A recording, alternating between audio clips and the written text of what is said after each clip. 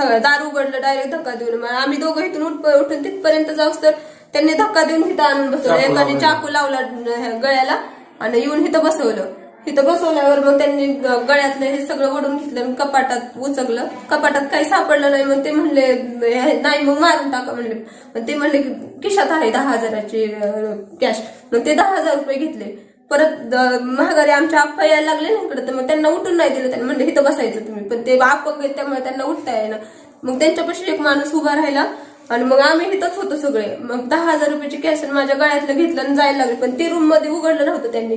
नंतर सगळे त्या रूम मध्ये घुसले. मग आम्हाला इथून त्या रूम मध्ये नेलं, तिकडं बसवलं एका कोपऱ्यात, चाकू लावलं आणि मग त्या कपाट उघडलं. मग हे सगळं सोनं त्याच्यात होतं कपाटामध्ये. सगळं सोनं नाणं सगळं घेतलं आणि सगळ्यांना आतमध्ये घालून बाहेरून कडी लावली आणि निघून गेले. पैसे होते त्याच्यामध्ये सगळे. किती गेलं सोनं आणि पैसे किती गेले टोटल? 4 ते 5 तोळे सोनं होतं त्याच्यामध्ये आणि 10 ते 12,000 रुपयाची कॅश होती.